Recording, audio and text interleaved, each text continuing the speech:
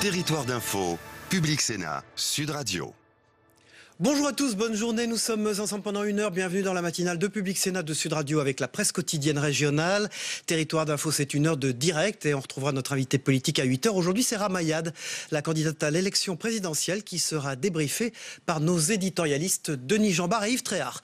Dans un instant, le JT des territoires suivi du débat des éditorialistes de la presse quotidienne régionale. Puis vous retrouverez le Zap Élysée, le premier zapping politique de la journée des matinales d'info. Merci, à tout de suite pour le JT des territoires.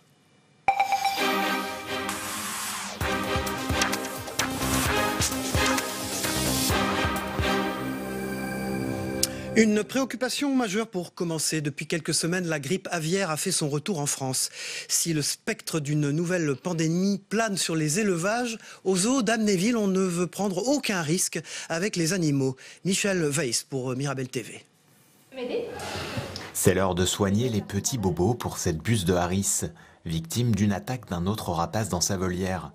Incident presque banal finalement pour ce soigneur et cette vétérinaire, qui ont dû faire face à un tout autre type de menace. Le spectre du retour de la grippe aviaire qui a refait surface en cette fin d'année. Après la découverte de nombreux foyers de contamination dans le Tarn, la France a relevé son niveau de risque passant de modéré à élevé. Pour prévenir de tout risque potentiel, le zoo d'Amnéville a fait le nécessaire pour protéger ses oiseaux avec une grande campagne de vaccination, mais pas que. On a en fait des volières qui ont des mailles suffisamment fines pour que les oiseaux ne puissent pas rentrer avec les hôtes. Et puis, on a des toits, des bâches, voilà, tout. On limite en fait au maximum les contacts entre l'avifaune sauvage et celle présente dans le parc. Car le virus H5N8 se transmet principalement par les fientes et le contact avec les oiseaux migrateurs. Avec plus de 450 animaux à traiter, 2 à 3 jours de vaccination ont été nécessaires. Un moindre mal qui évite aux rapaces stars des spectacles tout confinement qui serait générateur de stress et de nervosité. Il y a des risques de blessures dans les volières principalement. Parce que c'est des animaux qui ont besoin de repères fixes. Et si vous leur changez leur repère du jour au lendemain, il peut y avoir de la casse. Ouais. Une fois vacciné, l'animal n'a donc plus rien à craindre. Cette buse est donc immunisée le 6 mais devra tout de même observer une convalescence de plusieurs semaines afin de voir repousser ses plumes et de s'assurer qu'elle n'a aucune lésion musculaire. On va le laisser se calmer. Noël est à la porte et les fêtes de fin d'année arrivent à grands pas. Et comme chaque année, des milliers de consommateurs souhaitent retrouver du poisson et des fruits de mer au menu de leur repas. Une demande forte sur une courte période qui impose à la filière pêche un suivi tout particulier et une organisation minutieuse. Un reportage de Fleur de Bourg pour Campagne TV. Tous les ans, à la veille des fêtes de fin d'année, rien n'est laissé au hasard au pavillon de la marée du marché de Rungis. Les arrivages sont à leur comble et tous les acteurs de la filière sont au rendez-vous pour pouvoir répondre à l'importante demande des consommateurs. Rungis, le plus grand marché d'Europe, se transforme durant la période des fêtes en véritable fourmilière. La période des fêtes est effectivement une période qui est très propice à la consommation de certains produits. On mange plus de homards, on mange plus de langoustines, plus de coquilles Saint-Jacques, qui viennent effectivement de l'aquaculture, qui viennent de la pêche, tous les produits de toutes origines. D'ailleurs, nous sommes pour le produit français, mais on sait qu'il faut aussi d'autres produits. Donc, tout produit que vous allez chercher, vous allez pouvoir le trouver à Rungis. On est capable de savoir quand le poisson a été pêché, où il a été pêché, comment il a été transporté. Et tout ceci est suivi depuis le bateau jusqu'effectivement le point final. C'est une période très très importante. Le personnel va travailler avec plus d'horaires que d'habitude. Ça se passe dans une ambiance extraordinaire parce que ce sont des gens qui aiment travailler et qui sont fiers de leur travail. Le marché de Rungis fonctionne la nuit et l'activité bat son plein vers 3 h du matin. Dans le hall de 215 mètres de long, les marailleurs et poissonniers s'activent toutes les nuits pour préparer ce temple du poisson qui, chaque année, voit transiter près de 97 000 tonnes de poissons et crustacés.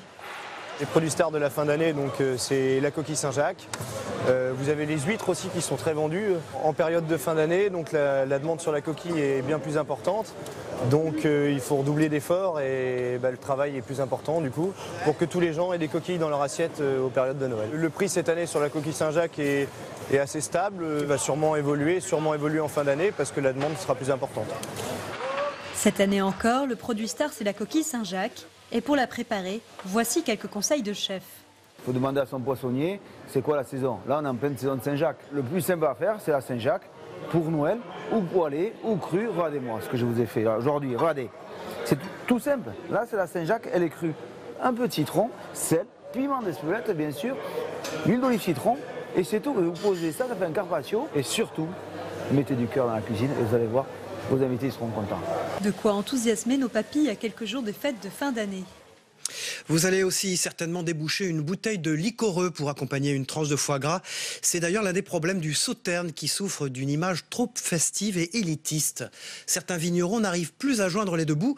On parle même de crise dans le Sauternais. Un rapport a été rédigé pour apporter des solutions, mais la mise en œuvre va prendre du temps.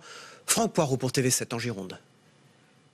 Stéphane Vagrez, avec son associé, exploite une vingtaine d'hectares au château La Boîte dans le vignoble du Sauternais à Barsac. Comme beaucoup de vignerons de cette appellation, d'un peu moins de 2000 hectares, il constate que ce vin n'a plus la cote. Trop riche, trop sucré, pas assez vif, les consommateurs s'en détournent. Ce vigneron milite pour que ces vins liquoreux du sud Gironde soient plus abordables, gustativement parlant. Sauterne d'apéritif, assez fin, fruité, mais sans lourdeur, sans de gras, trop de gras. En fait, les sauternes souffrent d'une image trop luxueuse. Les consommateurs l'associent essentiellement avec du foie gras et le consomment durant les fêtes de fin d'année. Résultat, la demande sur ce type de vin chute. Les petites récoltes des derniers millésimes font qu'il n'y a quasiment pas de stock dans le Sauternais, mais les cours sont en chute libre, en dessous du coût de production. Résultat, certains vignerons ne peuvent plus vivre de leur vente de vin, même si les crus classés s'en sortent mieux. Pour les autres, l'image du Sauterne est à revoir. Il faut la changer pour recréer un engouement chez les amateurs. Souvent, moi, je conseille à mes clients de cacher la bouteille, de leur dire vous allez goûter, vous me direz ce que c'est. Si ils commencent à dire je vais vous ouvrir un Sauterne, souvent il y a un refus. Ah non, Sauterne, c'est pas cette période-là, c'est pas ce moment-là. Or, chaque moment, on peut ouvrir un Sauterne. Les vignerons du Sauternais qui sortent leur épingle du jeu produisent d'autres vins. Leur gamme est très élargie, du blanc sec au rouge en passant par les liquoreux. Mais pour ceux qui ne produisent que du Sauterne, les choses sont beaucoup plus compliquées. C'est ce que démontre un rapport qui vient d'être rendu public. Le constat est amer, mais le vignoble du Sauternais, pourtant l'un des fleurons du vignoble girondin, s'enfonce dans une crise qui dure depuis plusieurs années maintenant. Le Sauterne est un vin qui, par ses méthodes de fabrication, est cher à élaborer et produit peu de volume à l'hectare, d'où son prix élevé.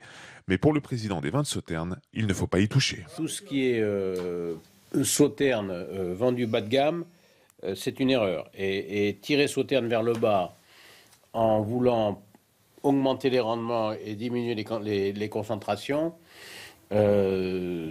c'est pas une piste et ça sera jamais validé par les grands noms de l'appellation Sauterne. Une des solutions à l'étude par les vignerons et responsables de l'appellation Sauterne serait de créer une seconde appellation dans le Sauternais qui permettrait de faire des vins moins concentrés, moins sucrés.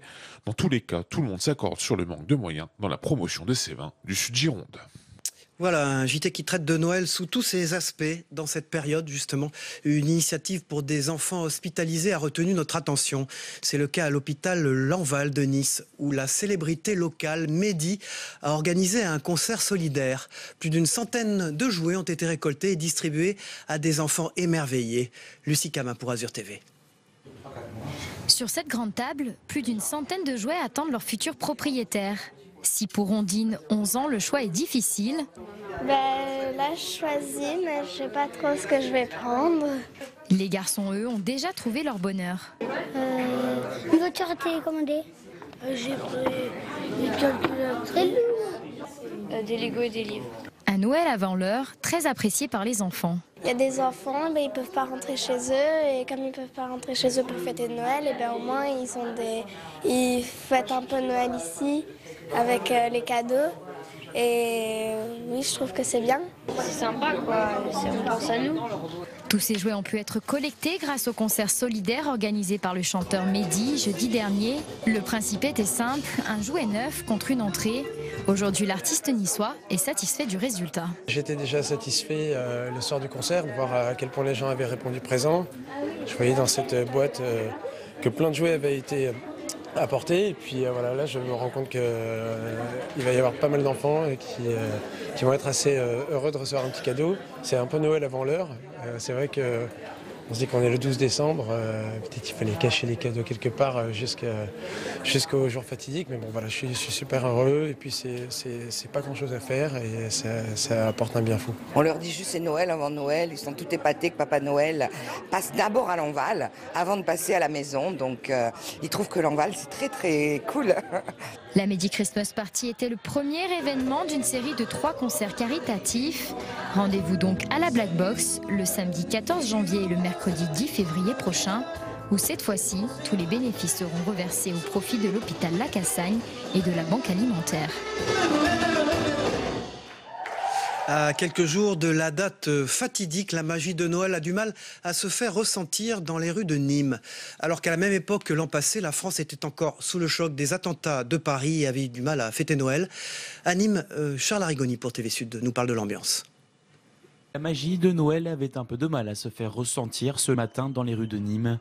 Le temps printanier n'aidant pas forcément à se projeter sur les fêtes de fin d'année. Pour l'instant, en tout cas, c'est un jour comme un autre. Il n'y a pas tant de monde que ça dans les rues. Il y a des décorations, mais en plein jour, on ne les voit pas. Enfin, voilà, il va falloir attendre encore quelques heures, je pense, pour qu'on se sente vraiment dans la période de Noël. Malgré ça, les Nîmois prennent plaisir à ressortir dans les rues durant cette époque. Quand à la même période l'an passé, la France était encore sous le choc des attentats de Paris et avait eu du mal à fêter Noël correctement. Je crois que les gens commencent déjà à revivre un petit peu, à prendre espoir. Ah, c'est primordial, ça fait partie de nos coutumes et oui, c'est primordial. Du côté des commerçants, la donne est différente. Malgré les décorations en vitrine, l'affluence n'a pas encore atteint son pic dans une période de l'année primordiale pour ces commerces, et ce, malgré la fin des travaux du trambus. Je pense que les personnes n'ont pas encore conscience vraiment que Noël c'est dans 12 jours maintenant, malgré qu'il y ait pas mal de décorations au niveau des rues qui sont effectuées. Mais je pense que d'ici fin de cette semaine, ça va un peu se décanter, puis que les gens vont prendre conscience que Noël approche et qu'il faut vite réagir pour faire les cadeaux en temps voulu. À l'approche de Noël, vous pouvez toujours profiter des animations déjà en place comme la Grande Roue ou les chalets gourmands, mais également celles à venir comme la forêt enchantée qui sera mise en place sur l'esplanade samedi, une forêt labyrinthe qui amènera les enfants directement au Père Noël. Et pour finir ce journal, il vous accueille jusqu'à fin décembre. Le marché de Noël de Lille est le rendez-vous incontournable de cette fin d'année. Sur la place Rioux, vous pouvez déguster des produits aux saveurs de Noël, faire vos achats pour mettre au pied du sapin ou tout simplement vous balader. Il y en a pour tous et pour toutes. À Lille, Noah Muclin pour WEO TV. Transformation totale pour la place Rioux de Lille. Comme chaque fin d'année, elle a enfilé ses habits de fête pour se faire la plus belle. Une ambiance féerique s'en est emparée grâce notamment au marché de Noël qui a ouvert ses portes depuis le 18 novembre. 83 chalets proposent aux visiteurs de découvrir ou de redécouvrir le savoir-faire d'artisans locaux, mais pas que. L'important étant de respecter l'esprit de Noël. On s'attache à représenter la région, mais on a aussi invité d'autres exposants, soit de région de France, soit de l'étranger, pour présenter l'offre régionale au public, puisque de nombreux visiteurs viennent sur le marché, tant locaux qu'internationaux et nationaux. Après, je pense que chaque région a du potentiel au niveau culinaire, gustatif, etc. et que c'est important de le montrer. Le marché de Noël de Lille, c'est une véritable promenade gustative au cours de laquelle on retrouve toutes les saveurs sucrées et salées typiques de Noël. Chocolat, gaufres, foie gras et bien sûr l'incontournable vin chaud. Mais s'il y a bien un produit qui nous replonge en enfance, c'est le pain d'épices. Moi j'étais petite fille, je mangeais déjà la nonnette chez ma grand-mère. Alors c'est pour vous dire, vous voyez, je ne veux pas vous dire mon âge, mais j'ai plus 20 ans. Pour digérer toutes les gourmandises que vous aurez dégustées sur le marché, rien de tel que de le faire en prenant un peu de hauteur. Du haut de ses 50 mètres, la Grande Roue vous offre une vue imprenable sur la ville pour terminer votre balade. Voilà, c'était un journal télévisé très Noël. Aujourd'hui, on passe à la une de vos quotidiens régionaux dans un instant.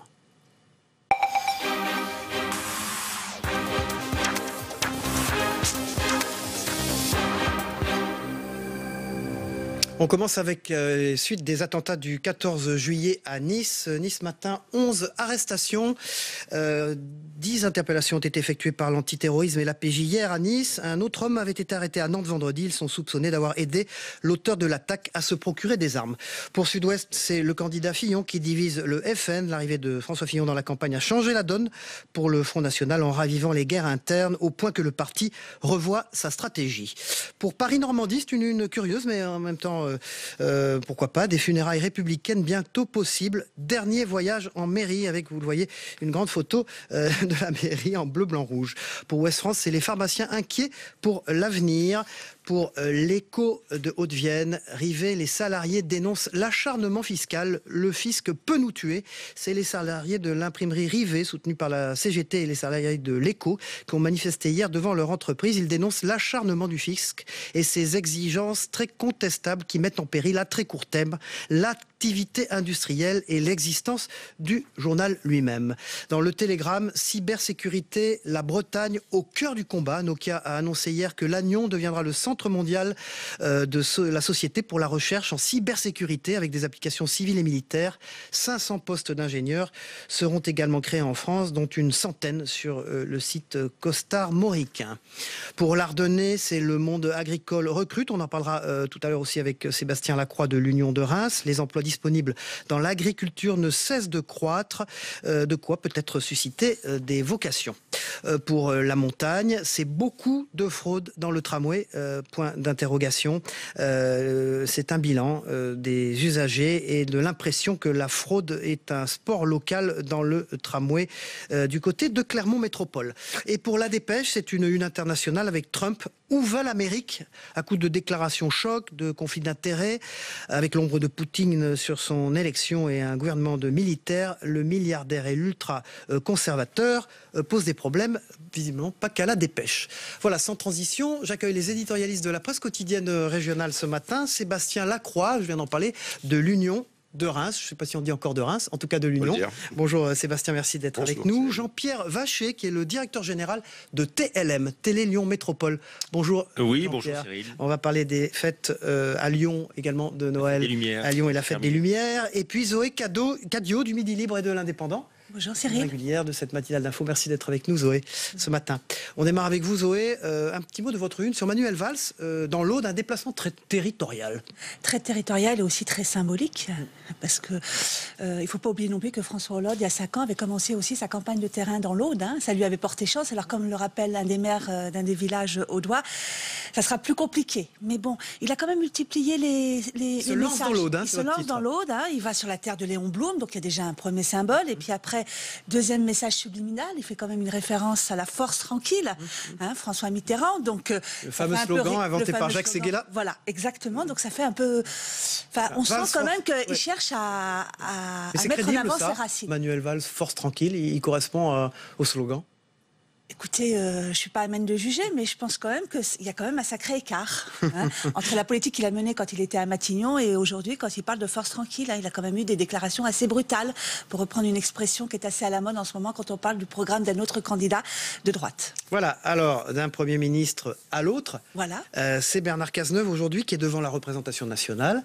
Tout à fait. Un discours de politique générale, comme on dit. Alors, il fait un discours de politique générale. Ça a un peu surpris les gens parce qu'il faut d'abord savoir que ce n'est pas un exercice obligatoire. Et qu'on pensait... À 15h à l'Assemblée. À 15h à l'Assemblée. On pensait...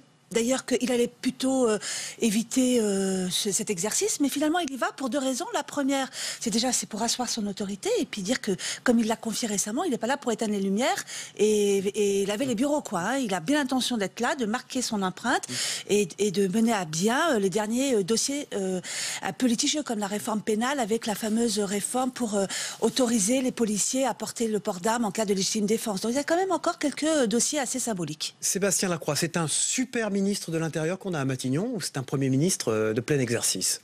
C'est de fait un peu un super ministre de l'Intérieur parce que la menace terroriste existe toujours, parce que la crise de l'immigration n'est pas complètement réglée, même si Calais a été démantelé, et également parce que la grogne des policiers n'est pas éteinte complètement. Donc effectivement, il y a encore un certain nombre de réformes qu'il faut mener jusqu'au bout.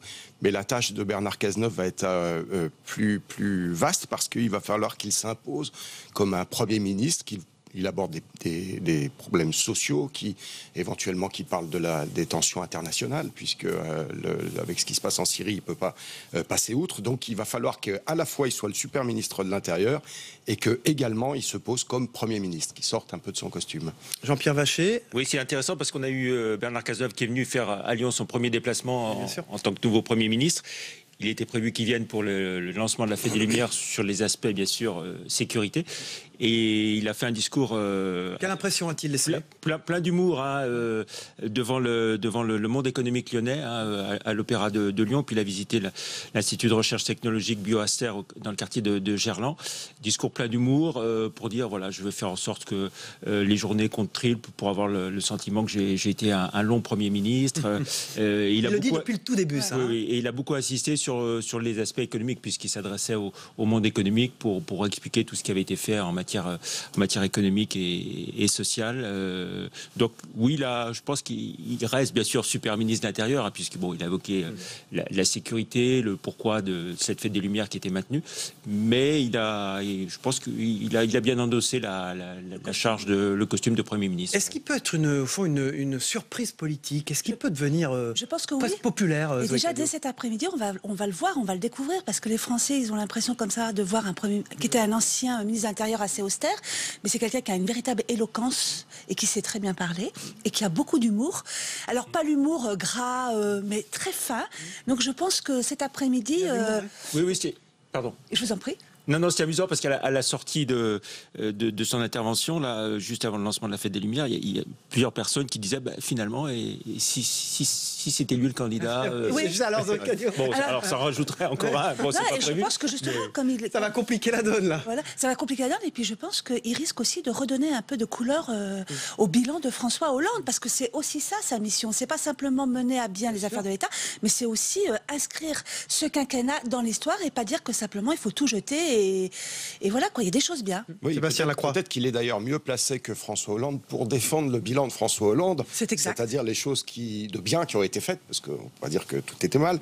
Donc il a ça à faire, et il a peut-être aussi politiquement une autre tâche qui est d'essayer de faire en sorte de fédérer et de le rassembler, puisque c'est le mot à la mode, tout le PS, toute la gauche, enfin le plus possible de la gauche, derrière lui, en vue des primaires et de l'élection présidentielle, parce que c'est lui qui peut être le catalyseur de tout ça. On va déjà voir ça cet après-midi, parce que quand il va y avoir le vote de confiance, à mon avis, les frondeurs vont pas se manifester. Donc déjà, il envoie un signal positif. Ça va être la première fois, je crois, dans l'histoire de ce quinquennat où tout le monde va être derrière lui. Enfin, c'est incroyable, quoi. C'est vraiment le miracle classe 9, d'une certaine manière. C'est amusant aussi parce qu'à Lyon, il a rendu un hommage important, évidemment, à Gérard Collomb, le maire de Lyon, grand défenseur d'Emmanuel Macron. Donc évidemment, l'entourage de Gérard Collomb, il y a vu un soutien déguisé à Emmanuel Macron. Il va te rechercher le soutien de ce nouveau Premier ministre? Je pense que oui, surtout s'il réussit sa façon de faire et de mener. Et pour l'instant, les premiers jalons qu'il marque, c'est assez positif. D'ailleurs, vous voyez les derniers sondages, il a une popularité assez extraordinaire. Il est apprécié à droite comme à gauche et de la part des Français. Donc il part avec un bon... Oui, mais il ne faut pas oublier non plus que Manuel Valls, quand il est arrivé à Matignon, il avait le même crédit.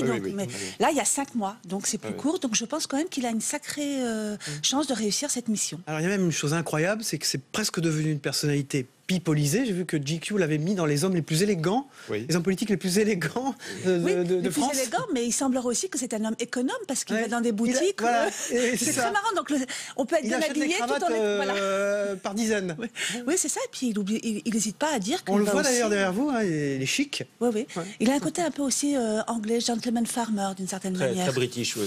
Et puis il y a aussi un autre élément, c'est que a priori, il n'a pas d'ambition politique majeur pour la suite. Enfin, c'est ce qu'il a dit. Alors, il crachera sans doute pas sur un mandat de sénateur ou autre chose, mais il n'a pas... Il a dit qu'il ne voulait pas y retourner quand même.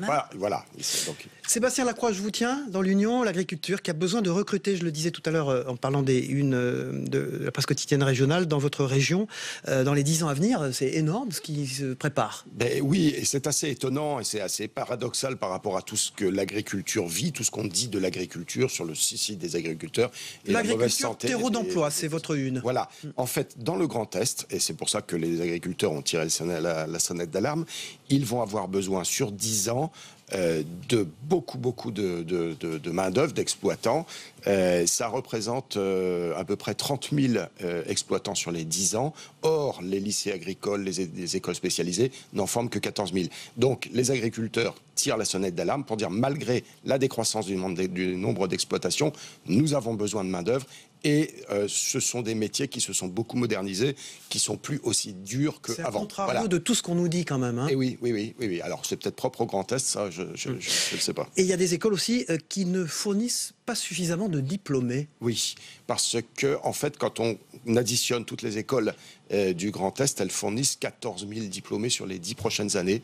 Or, on a besoin de 30 000. Donc, Mais il y a aussi un problème de formation dans l'agriculture, il faut aussi le dire. Ça ne correspond pas non plus. Les jeunes dans les lycées agricoles, de temps en temps, ils sont trop formés par rapport à la demande du terrain, soit pas assez. Oui. C'est le problème de beaucoup de secteurs et de métiers, qu'on dit en tension, entre guillemets, où il y aurait des tas de postes, des milliers de postes, des dizaines de milliers de postes à pourvoir. Je sais que dans le numérique, il y a une étude qui a été faite, nous, dans la région Auvergne-Rhône-Alpes, il y aurait des milliers de postes à pourvoir. Donc, des similitudes quand même dans les régions, là, sur ces problématiques-là. Oui, sans doute. Oui, il y a un problème d'inadéquation par rapport à l'offre et la demande. Jean-Pierre Vacher, TLM, c'est le Télé Lyon Métropole, c'est la chaîne que vous dirigez, fait le bilan de la Fête des Lumières qui s'est terminée samedi dernier. C'était un gros pari, on va voir des images derrière vous d'ailleurs qui sont de TLM pendant que vous en parlez, parce qu'il y a eu une annulation évidemment l'an dernier après les attentats du Bataclan, et il y avait également la braderie Le Lille qui faisait problème. Là, ça s'est bien passé. Oui, alors en septembre, défilé de la Biennale de la danse qui avait été confiné juste dans le stade de Gerland, qui d'habitude défilait dans les rues de Lyon et qui drainait plusieurs centaines de milliers de personnes. Donc le choix avait été fait juste après l'attentat de Nice de faire ce défilé uniquement dans le stade de Gerland. Et donc la question s'est posée de savoir si après l'annulation de la braderie de Lille, très spectaculaire, on voit derrière vous les images. Ça fait des lumières, et donc il y a eu un dispositif de sécurité impressionnant, un gros travail mené par la préfecture du Rhône et de la région, les services de sécurité de la ville, et finalement donc décision a été prise de maintenir cette fête des Lumières, alors sur 3 jours au lieu de 4, sur un périmètre réduit qui était uniquement dans la presqu'île de la ville, sans le parc de la Tête d'Or et d'autres lieux, mais avec quand même au total 40 œuvres d'artistes. Ils ont repris les œuvres qui étaient prévues l'an dernier et qui avaient été annulées, puisqu'il y avait juste un gros événement. C'est un très gros événement qui draine d'Europe entière, les gens viennent. Oui, moi j'ai vérifié. Alors le premier jour, un jeudi. 2 millions, c'est ça? Oui, alors c'est toujours difficile. Les chiffres officiels. Voilà, c'est les chiffres officiels. Les chiffres avancés par la ville de Lyon, c'est très difficile de vérifier. Ce que j'ai pu vérifier, moi, c'est le nombre de cars qui étaient très nombreux, des cars qui venaient de Belgique, d'Italie, de Suisse, et puis de tous les départements. Premier jour, un peu moins de personnes, clairement, mais c'est monté en puissance vendredi et samedi. Et donc, au final, oui, une belle réussite. Il ne fallait pas qu'il y ait une deuxième annulation parce qu'il y avait un risque que cette fête disparaisse en tant que telle. Et c'est une fête qui est organisée, financée, je dirais, pour moitié par la ville de Lyon, les collectivités locales, et pour moitié par des partenaires privés, sur un budget d'un peu plus de 2,5 millions d'euros. Là, vous voyez une boule à facettes avec une bétonnière. Donc, des choses très originales. Et voilà. C'est un grand rendez-vous culturel d'ailleurs. Oui, c'est devenu un très... Comme le marché de Noël à Strasbourg, c'est des rendez-vous comme ça hivernaux. C'est pas un peu curieux, Sébastien Lacroix, en plein état d'urgence, que ces fêtes continuent d'être organisées? Au fond, elles se passent bien. Donc, elles se passent bien. Il y a des dispositifs de sécurité énormes qui sont mis en place. Nous, on a un marché de Noël à Reims qui a été déplacé pour être plus sécurisé autour de la cathédrale de Reims. Les gens viennent quand même, quoi. Et les gens, la peur, la peur n'a pas disparu, mais ils viennent. Il y a des blocs de béton, il y a des fouilles, il y a tout. Tout est fait pour rassurer les gens, quand même. Avec l'idée, qu'il ne faut pas céder à la panique, qu'il ne faut pas céder face. C'est aussi un acte militant, je crois, pour les gens aussi, pour de dire on n'a pas peur et on y va. On y va. Très bien, merci beaucoup. Un tout petit mot 20 secondes sur votre chaîne, Télé Lyon Métropole. Oui, TLM, c'est la plus ancienne télévision locale de France en activité. Et puis, et puis elle va beaucoup dans le digital aussi, le direct, le digital. C'est la règle des 2D, comme je dis souvent, et elle se développe bien. Merci Jean-Pierre Vacher, et TLM est partenaire de cette matinale d'info, Territoire d'info, avec Public Sénat, Sud Radio et la presse quotidienne régionale. Merci beaucoup Sébastien Lacroix de l'Union, Jean-Pierre Vacher donc de TLM et Zoé Cadio du Midi Libre et de l'Indépendant. On passe à la météo des territoires, avec le temps qu'il fait en France, mais aussi, et c'est une particularité de notre matinale, dans l'océan Indien, le Pacifique, et un peu partout. Voilà, on la regarde ensemble. La météo vous est présentée par Terroléo Pro, avec le concours de l'Assemblée des départements de France.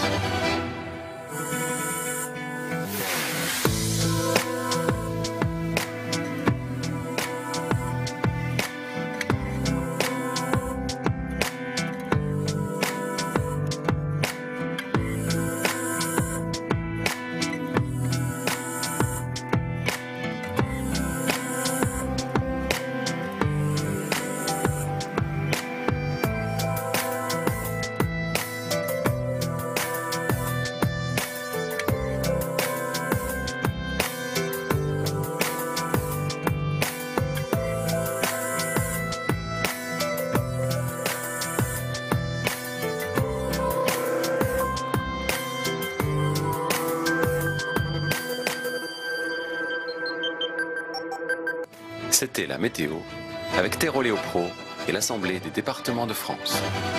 Voilà, on passe tout de suite au zapping, le premier zapping politique des matinales d'info, on le regarde ensemble.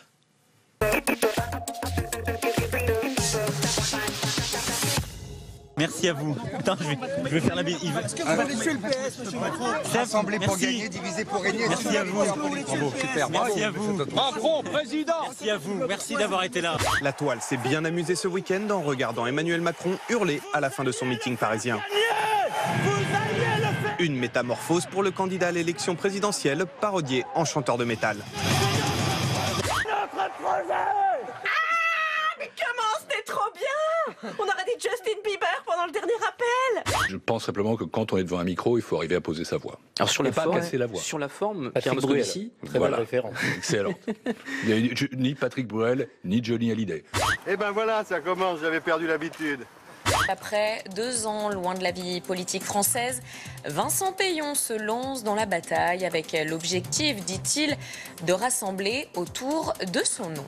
Comme un symbole, il s'est rendu dans un centre d'hébergement parisien. Je veux rendre hommage à cette France qu'on ne voit pas beaucoup, celle des bénévoles, celle des travailleurs sociaux, celle aussi des professeurs des écoles qui accueillent ces enfants d'étrangers que Madame Le Pen veut mettre dehors. Bienvenue. Je suis impatient maintenant de savoir sur le fond ce qui motive Vincent Peillon. Je n'ai pas suscité cette candidature. Il faut arrêter de penser comme s'il y avait des gens qui sont des marionnettes et d'autres qui sont des marionnettistes. Vous démentrez des informations du Canard enchaîné selon lesquelles vous avez dîné avec Marisol Touraine, pris cette décision avec Martine Aubry. Absolument et radicalement fausses. Je n'ai comme adversaire que la droite dure de M. Fillon et l'extrême droite. 2 députés, Eduardo Riancipel et Patrick Minucci, lui ont déjà apporté leur soutien. Anne Hidalgo, de son côté, regarderait cette candidature d'un bon œil. Benoît Hamon avait été très très bon dans son émission de France 2 et je le félicite. Mais je pense qu'il nous manquait cette ligne social-démocrate et que Vincent Peillon incarne. Vous avez l'air un peu nerveux. Non, mais je trouve que, vous revisitez un peu trop l'histoire. Non, mais moi, comme je connais bien... ok. Non, mais laissez-moi. Alors, allons-y. Les stratégies d'empêchement, ça m'intéresse pas beaucoup, pour être très honnête. La question que je vois apparaître entre Manuel Valls et Vincent Peillon, c'est que ce sont finalement les 2 frères du hollandisme qui se disputent l'héritage. Où sont les femmes dans cette primaire? Écoutez, il y en avait une, c'était Marie-Noëlle Lienemann qui était candidate. Et qui a renoncé. Et qui a renoncé, pas parce qu'elle a eu peur, parce qu'elle a renoncé par sens des responsabilités. Christine Lagarde est attendue devant la Cour de justice de la République dans le cadre de l'affaire Bernard Tapie et les 400 millions d'euros versés dans le litige qu'il opposait au Crédit Lyonnais. Je n'ai plus rien à prouver. Comme vous l'avez dit, j'ai occupé les plus grands ministères régaliens. Si j'agis, c'est parce qu'il me paraît indispensable de ne jamais baisser les bras.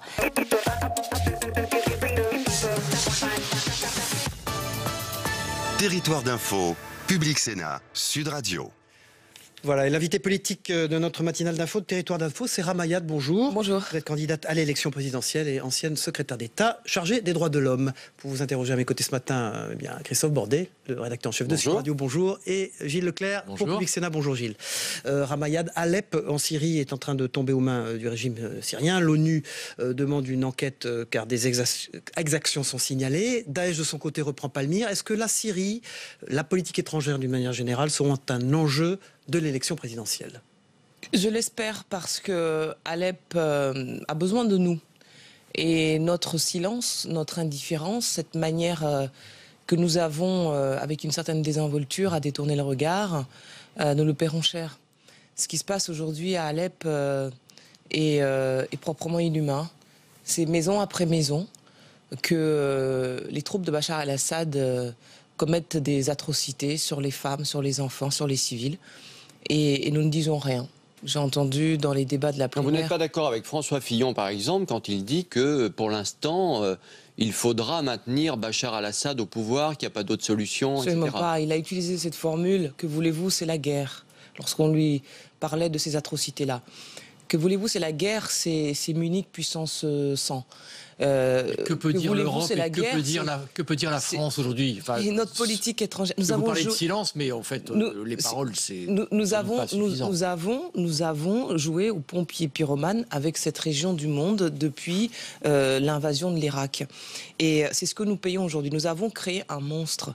Le fait de choisir, d'opposer l'État islamique à Assad en disant il vaut mieux entre la peste et le choléra choisir la peste, c'est le pire des renoncements. Parce que Bachar el-Assad est un boucher. Donc il aurait fallu faire quoi? C'est le boucher de Damas qui a 300 000 morts sur la conscience. Et nous avons choisi, et c'est là notre erreur, par impuissance, de nous allier à deux États qu'on qualifiait encore d'ennemis il y a 2 ans, à savoir l'Iran et la Russie. Et ces deux États n'ont qu'un seul objectif, maintenir Assad sur son trône. Et je trouve que ça, ce n'est pas même pas une erreur. Est-ce qu'il y a une autre solution que Bachar al-Assad? Il y avait une troisième voie. Il y avait une troisième voie qui était de soutenir les rebelles syriens, les démocrates, ceux qui sont à la fois une alternative à Assad et une alternative à l'État islamique. Ramayad, vous parlez à l'imparfait aujourd'hui, tel que ça se présente, notamment quand on voit ces images épouvantables à Alep. Que devrait faire la France? Je pense que la France devrait redevenir la France, parce que la France s'est perdue en route. La France ne compte pas sur cette affaire-là, à force de renoncement. Le président Hollande, je voudrais lui rendre hommage quand même, parce que en août 2013, lorsque les troupes de Assad ont gazé la population syrienne, il avait tout fait pour que Barack Obama intervienne pour que cela cesse. Et c'est Barack Obama qui l'a laissé tomber. Ce qu'il y a à faire aujourd'hui, c'est s'asseoir autour d'une table avec Vladimir Poutine et lui afficher notre fermeté plutôt que notre complaisance. C'est-à-dire, Poutine a mis le feu sur le front est de l'Europe. Vous imaginez comme au pire temps de la guerre froide. Et en revanche, au lieu d'afficher notre fermeté face à lui, nous lui ouvrons grand les bras pour s'associer aux atrocités qui ont cours aujourd'hui à Alep. Donc moi, je pense qu'il faut aujourd'hui revoir cet accord avec la Russie, exiger de Poutine l'arrêt de ces combats-là, l'arrêt des atrocités, pour qu'effectivement, nous puissions nous réorienter vers les rebelles syriens. Vous savez, il y avait une division militaire américaine qui avait été mise en place, qui a tourné en fiasco il y a quelques mois, qui nous permettait d'entraîner des rebelles syriens pour faire face à Assad et à l'État islamique. Eh bien, on a laissé tomber ce type de choses. Je pense que c'est vers ce type de direction qu'il faut aller. Ramayad, pour revenir à la politique nationale, discours de politique générale de Bernard Cazeneuve cet après-midi à l'Assemblée nationale, un discours de politique générale d'un Premier ministre qui va être au pouvoir pendant 5 petits mois et qui ne veut pas éteindre la lumière, dit-il. Est-ce que vous craignez quand même qu'il soit là pour éteindre la lumière, justement? Bernard Cazeneuve a été un bon ministre de l'Intérieur. Il incarnera cette France qui est restée debout pendant les attentats, dans des moments vraiment de bascule. Petite parenthèse, justement, le prolongement de l'état d'urgence voté hier par les députés, ça veut dire que la France va vivre avec l'état d'urgence? Moi, je suis sceptique sur ce type d'opération. Même quand on nous dit que beaucoup d'attentats ont été déjoués? Cela rassure sans doute la population de savoir qu'il y a des opérations Sentinelle et autres, mais je ne suis pas sûr que ce soit l'option la plus efficace. Donc c'est pas justifié. Il permet aussi l'état d'urgence un certain nombre de mesures qui n'aurait pas lieu. Mais qui pouvait avoir lieu. La surveillance généralisée met en cause nos principes démocratiques sans éviter que les terroristes passent entre les mailles du filet. Voilà. Donc, si vous étiez député, vous auriez voté contre ce prolongement de l'état d'urgence? Tout à fait, oui. Moi, j'aurais mis le paquet sur le renseignement, d'une part. J'aurais mis le paquet sur la justice, d'autre part. Parce que l'objectif, c'est pas de surveiller tout le monde. L'objectif, c'est pas de ficher tout le monde. Il y a un fichier là qui est généralisé sur l'ensemble des Français que Bernard Cazeneuve nous a fait adopter. Mais il y a aussi le PNR au niveau européen. Là, c'est pour les transports aériens. Tout ça n'empêche absolument pas les terroristes de se fondre dans la masse et de trouver d'autres voies de circulation. Et en revanche, par contre, cela fragilise profondément nos principes démocratiques. Nous sommes là revenus au grand questionnement de l'après 11 septembre. Sommes-nous prêts à sacrifier qui nous sommes au nom de la lutte contre le terrorisme sans en avoir l'efficacité? Voilà. Et je trouve que là-dessus, nous ne sommes pas à la hauteur. Cette question de la justice prédictive qui aujourd'hui inspire toutes nos lois, c'est-à-dire enfermer les gens avant qu'ils n'aient commis un crime, n'est c'est pas la solution. Ni juridique, ni efficace surtout. Ramayad, François Fillon, dans le Figaro ce matin, revient sur sa politique en matière de santé. On avait cru comprendre qu'il voulait toucher à la Sécu, privatiser en partie la Sécu. Il n'en est rien, semble-t-il. Est-ce que vous êtes rassuré par la tribune de François Fillon ce matin ?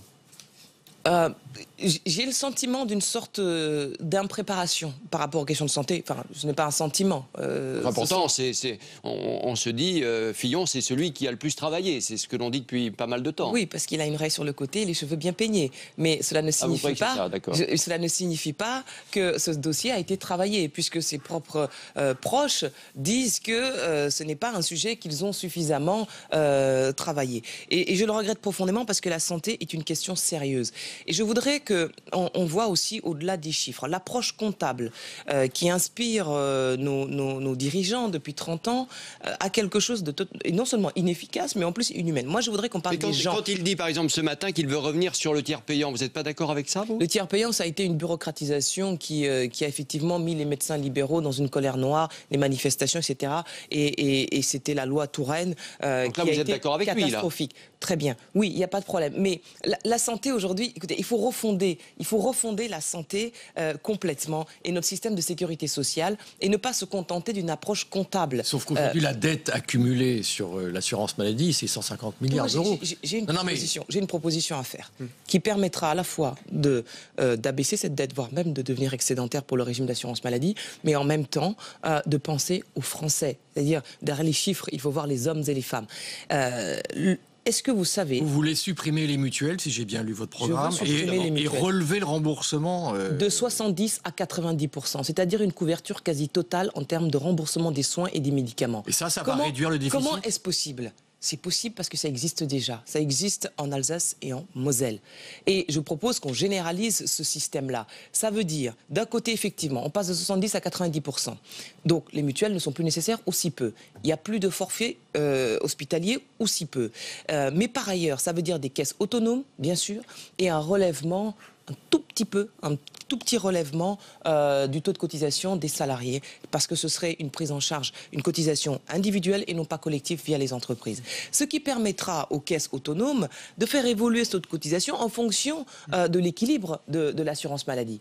Et ce qui est intéressant dans ce modèle, quand même, c'est effectivement, on n'a pas le poids des mutuelles qui en plus remboursent de moins en moins. Donc ça veut dire, vous mettez les mutuelles à terre, vous créez du chômage avec tous ces gens qui travaillent dans les mutuelles. Mais non, puisque le coût de gestion. Le coût de gestion pour les mutuelles, c'est 25%, alors que dans le système alsacien et mosellan, c'est 1%.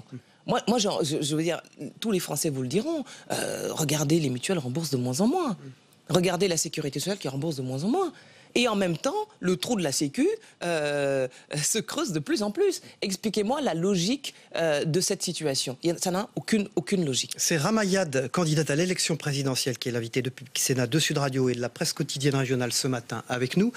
Vous avez écrit un livre, À l'instant de basculer, qui est un résultat de votre voyage dans la France dite périphérique.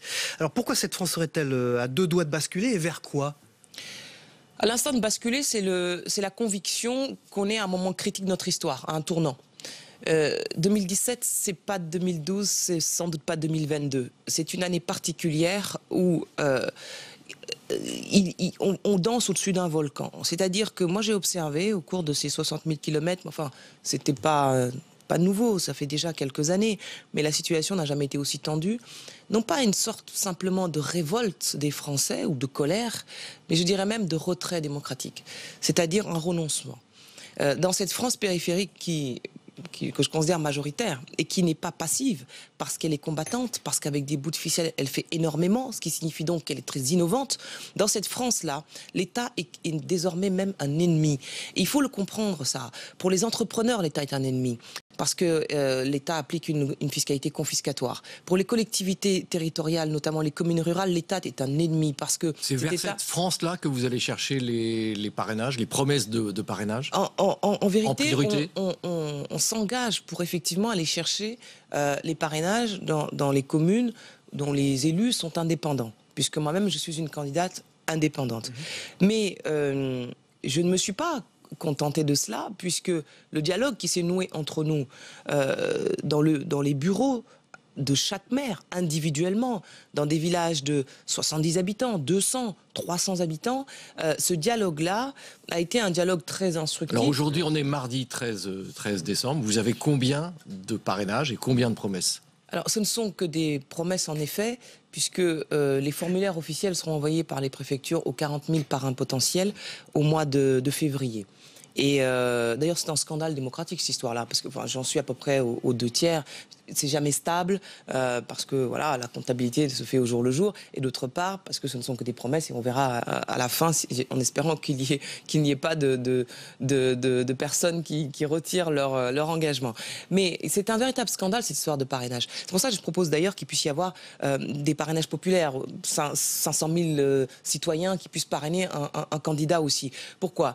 Parce que, outre le fait habituel que les partis politiques pèsent de tout leur poids sur les élus, même indépendants, pour leur mettre la pression avec du chantage aux subventions, mais ça c'est habituel. Il y a en plus un verrouillage démocratique qui s'est organisé il y a quelques mois, voire il y a quelques semaines, avec clairement la publicité des noms des parrains, pour intimider les élus qui seraient tentés de parrainer des candidats alternatifs. Deuxièmement, il y a une nécessité maintenant pour chaque parrain d'adresser son parrainage au Conseil constitutionnel, alors qu'avant c'était le candidat qui allait rassembler tout cela pour les déposer. Des démarches de plus en plus compliquées. C'est un verrouillage de la démocratie parce qu'ils ont peur, parce qu'ils sentent le vent du boulet, parce que le Front National est élevé, parce qu'ils veulent que le match se passe entre le PS, les Républicains et le Front National, empêchant dans notre pays toute alternative. Et ça, c'est un scandale démocratique. Dernière question. Justement, Ramayad, puisqu'on parle du Parti Socialiste, la primaire à gauche, beaucoup de candidats, dernier en date, Vincent Peillon. Que vous inspire cette primaire de gauche ? Écoutez, avec des amis comme l'ont les socialistes, il n'y a pas besoin d'ennemis. La droite et d'ailleurs l'opposition est d'ailleurs absente de ce débat. Elle n'a pas besoin de s'en mêler, vu le degré de haine qui a saisi les socialistes entre eux. Il faut quand même voir la situation. J'ai été quelque peu choqué par l'empêchement du président de la République. C'était pas un simple renoncement individuel, c'était un empêchement. Et voir le président de la République devant des millions de Français leur dire j'ai un bon bilan mais je ne peux pas y aller parce que mes plus proches m'ont empêché de le faire. Manuel Valls notamment. Celui qui a porté la première estocade est Emmanuel Macron, le fils prodigue, et je trouve ça atteint même la fonction présidentielle. Je trouve pas ça normal. Et deuxième élément, cette primaire est devenu un bourbier dans lequel tout est calcul, jeu de billard à 15 bandes. On voit des candidats de dernière minute émerger, dire le plus sérieusement du monde qu'ils ont décidé d'être candidats il y a 10 jours. Non mais attendez, la présidentielle, c'est sérieux. À propos, Ramayad, c'est tellement sérieux que si ça se passe pas bien pour vous, si vous n'avez pas vos parrainages, que vous n'êtes pas candidate, donc pas élu, qu'est-ce que vous ferez après? C'est une éventualité que je n'envisage pas. Mais si jamais ça marchait pas. Humanitaire, c'est ça. C'est une éventualité que je n'envisage pas. Vous savez, je m'engage parce que je veux être président de la République. J'ai commencé il y a 10 ans la politique. Je viens de quitter d'ailleurs cette maison et ici le Sénat. Il reste 30 secondes. Et je m'engage pour donner une vision à notre pays. Aujourd'hui, à travers un instant de basculer, je dis à notre pays, à nos compatriotes, nous sommes à un moment critique. Nous pouvons basculer du côté de la force obscure comme bien d'autres pays. Regardez ce qui s'est passé en Italie, ce qui s'est passé aux États-Unis ou en Grande-Bretagne. Souvenons-nous qui nous sommes, justement, pour ne pas commettre l'irréparable. Merci. Ramayad, qui était l'invité de Territoire d'Info sur Public Sénat Sud Radio. Avec la presse quotidienne régionale, on passe au débrief de vos propos dans un instant. Merci.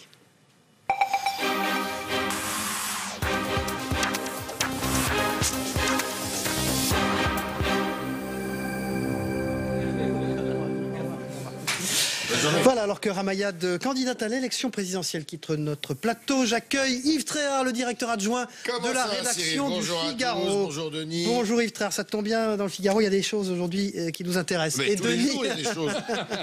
Et Denis Jambard, éditorialiste à Nice Matin, à Var Matin bien sûr, à Sud Radio et à Challenge. Merci. Bonjour Cyril, bonjour Yves, bonjour à tous. Alors, François Fillon est dans le Figaro. Rien d'étonnant jusque-là.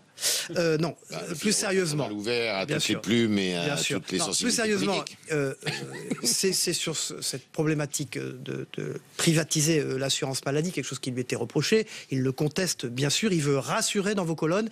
Est-ce qu'il peut réussir à rassurer? Alors d'abord, les mots ont une importance. Il n'a jamais dit, autant que je me souvienne, qu'il allait privatiser. C'est le sentiment général qu'on a eu. Oui, mais il y a le sentiment et il y a la réalité des choses. Il a dit une chose dans le débat de clôture, je dirais, de la primaire avec Juppé, en disant qu'il y avait certains soins qui voulaient faire couvrir non plus par la sécurité sociale, mais par les complémentaires santé, qui sont les mutuelles. Et ça a mis le feu aux poudres. Effectivement, c'est compliqué et il faut que depuis, eh bien, il explique, maintenant qu'il est choisi comme le candidat de la droite, il faut qu'il explique, qu'il fasse de la pédagogie, parce que ça a beaucoup bousculé un électorat de droite acquis, mais modeste. Il s'est dit, oh là là, là, ça va être... si vous voulez, c'est une rupture pour eux du contrat social, du modèle social à la française, celle qu'ils le vivent depuis 45. Donc il y a un travail de pédagogie à faire, ça va être très long, à mon avis. C'est pas cette tribune qui va mettre fin à la polémique, surtout qu'évidemment, ses adversaires vont avec plaisir pointer ça. Alors Denis Jambard, Ramayad, qui était notre invité, a le sentiment d'une sorte d'impréparation de François Fillon sur ces questions-là. C'est ce qu'elle a dit. Je ne crois pas, mais le problème, c'est des sujets tellement complexes que après, pour les expliquer au grand public, c'est pas évident. Néanmoins, j'ai lu attentivement la chronique ou son texte. La tribune, pardon, ce matin dans le Figaro. Il ne parle plus de cette question-là. Alors, est-ce qu'il l'a totalement abandonné? Je ne sais pas, on va voir. En tout cas, il a essayé de calmer l'incendie. Et aussi parce que ça a été très, très, très mal reçu par les députés républicains. Je veux dire, il y a eu une espèce de fronde du parlementaire qui, évidemment, a pris la température sur le terrain que vient de décrire Yves. Oui, mais tout le monde se positionne au moins sur ce sujet. Regardez Ramayad ce matin, elle veut supprimer les mutuelles.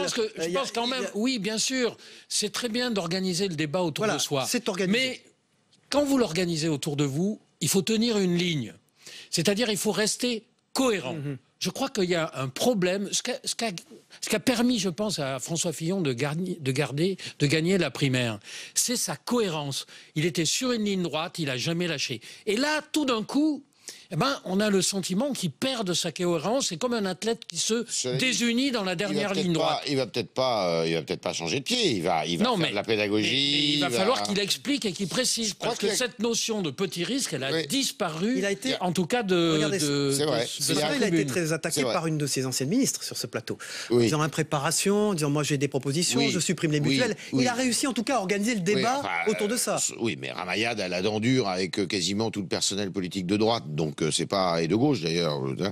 Non, je crois que ce qui est important, il y a une notion qu'il faut, quand elle dit, il y a une impréparation chez François Fillon. Alors, on peut pas dire tout et son contraire, puisque de l'avis général, c'était celui qui avait les propositions les plus abouties, qui semblait avoir le plus travaillé. Bon.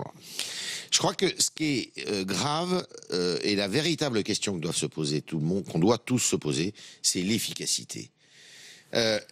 Quelles sont les mesures efficaces?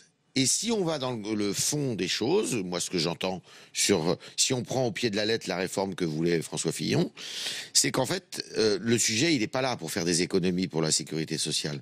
C'est pas le bon angle, c'est pas les petits soins qui coûtent cher. C'est au contraire tous les autres soins qu'il faut réorganiser et qu'il faut envisager autrement. Donc il est là le sujet, c'est que vous avez, je dirais, des propositions qui peuvent paraître spectaculaires mais qui sont pas efficaces. Ce qu'il faut chercher, c'est l'efficacité. Et la meilleure santé possible. Ça fait quand même 30 ans. Et la meilleure santé possible. La meilleure santé, ça veut dire que c'est efficace. L'un des paradoxes, c'est que vous savez que la situation des comptes sociaux est en train de s'améliorer. Et notamment sur l'assurance retraite. On a encore un déficit. Grâce à la réforme Fillon. Mais c'est grâce à la réforme Fillon. D'ailleurs, j'étais assez étonné que dans sa tribune, il ne s'appuie pas sur ses propres réformes qui n'ont pas été modifiées par la gauche pour justifier éventuellement une action nouvelle qui permettrait de préserver l'assurance vieillesse. Parce que, au fond, il a rétropédalé pour dire, attendez, ne vous inquiétez pas, je garantis l'universalité de la sécurité sociale. C'est ça. Après, on a quand même le sentiment qu'il a abandonné une partie de son discours. Sur la tribune elle-même, Yves Tréhard, en la publiant dans le Figaro, il veut s'adresser à un électorat particulier, François Fillon. Oui, parce que, évidemment, bon, le Figaro, c'est pas un secret, c'est un journal de sensibilité de droite, avec des convictions de droite. Et je crois que ce qui le perturbe, lui, il sait très bien qu'il ne va pas conquérir et séduire un électorat acquis à la gauche, socialiste et tout. Ce qu'il veut absolument consolider et surtout rassurer, c'est cet électorat dont je vous parlais, qui lui est complètement acquis, mais qui a cette crainte et qui pourrait, au moment d'aller voter, peut-être se détourner de ça. Et c'est cet électorat, surtout de droite populaire, qui pourrait très bien aller chez Marine Le Pen et au Front National, et que François Fillon est en mesure, me semble-t-il, pour une partie d'entre lui, de faire revenir, surtout avec la crise qui couvre au Front National. Et donc, s'il choisit les colonnes du Figaro pour le faire, c'est pas tout à fait un hasard. Ce qui me frappe, c'est que ce qui caractérisait sa campagne, c'est qu'il était impavide. Il traçait sa route. Et pour la première fois, on a quand même un signe de fébrilité. C'est la première fois. Alors, ce qui veut dire que la course présidentielle qui commence n'a rien à voir avec la primaire. Rien n'est gagné pour personne. Voilà, rien n'est gagné. Une minute, il reste sur la galère des petits candidats. C'est sans les offenser. On avait Ramayad ce matin sur ce plateau, qui semble pointer d'abord des difficultés importantes administratives pour avoir des parrainages, etc., reculer très loin. Ils vont exister dans cette élection présidentielle. Est-ce que c'est sain? Non, vous n'existez pas dans une élection présidentielle. De ne pas exister. Sauf si vous avez un message fort à faire passer et une personnalité, un charisme incroyable. C'est le cas de Ramayad, elle a du charisme. D'accord, mais le message de Ramayad, quel est-il si vous, sur les droits de l'homme, par exemple, là, sur Dumont en 1974, c'était... Il avait peu de moyens et c'était un petit candidat. En politique, il faut un acte fondateur. Il y a quelqu'un qui n'existait pas pour la présidentielle il y a 2 ans, il s'appelle Emmanuel Macron. Il a eu un acte fondateur très fort, il a quitté le gouvernement et il a démarré une aventure. Mais ça, il faut fonder quelque chose. Et les petits candidats, c'est la difficulté. Et quand même, c'est une telle épreuve. Ceci dit, vous savez, dans toutes les présidentielles, à 5 mois de la présidentielle, on a un embouteillage et au fil des mois, des semaines et des mois, eh bien, on n'a plus que quelques concurrents. Je ne fais pas le parallèle, mais c'est comme dans les primaires. Merci Denis Jeanvar, éditorialiste à Nice Matin. Merci Yves Tréhard, directeur adjoint de la rédaction du Figaro. On passe au débrief. Pardon, on passe au zapping. Le premier zapping politique des matinales d'info après ce débrief.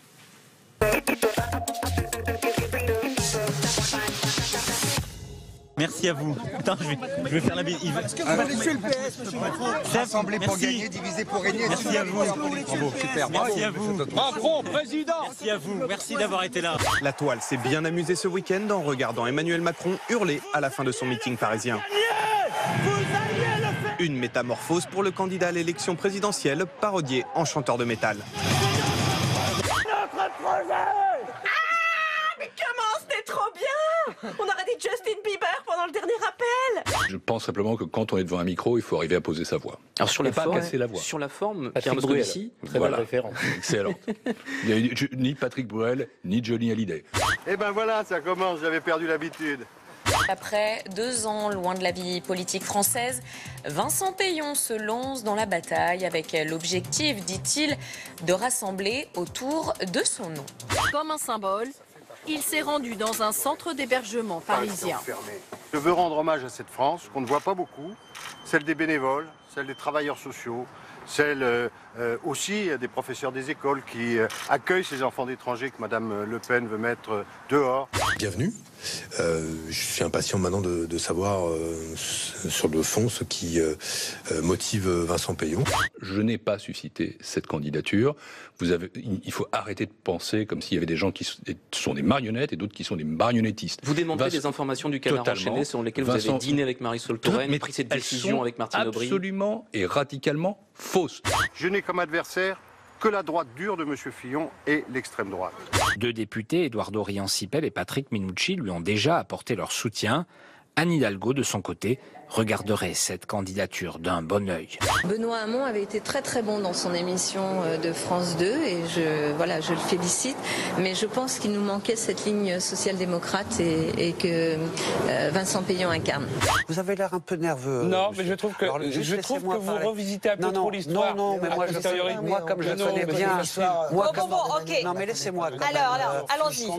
Les stratégies d'empêchement, ça m'intéresse pas beaucoup, pour être très honnête. La question que je vois apparaître entre Manuel Valls et Vincent Peillon, c'est que ce sont finalement les deux frères du hollandisme qui se disputent l'héritage. Où sont les femmes dans cette primaire ? Écoutez, il y en avait une, c'était Marie-Noëlle Lienemann qui était candidate. Et qui a renoncé. Et qui a renoncé, pas parce qu'elle a eu peur, parce qu'elle a renoncé par sens des responsabilités. Christine Lagarde est attendue devant la Cour de justice de la République dans le cadre de l'affaire Bernard Tapie et les 400 millions d'euros versés dans le litige qu'il opposait au Crédit Lyonnais. Je n'ai plus rien à prouver. Comme vous l'avez dit, j'ai occupé les plus grands ministères régaliens. Si j'agis, c'est parce qu'il me paraît indispensable de ne jamais baisser les bras. Voilà, fin de Territoire d'Info sur Public Sénat avec Sud Radio et la presse quotidienne régionale. On se retrouve demain à la même heure. Bonne journée à tous. Mais demain...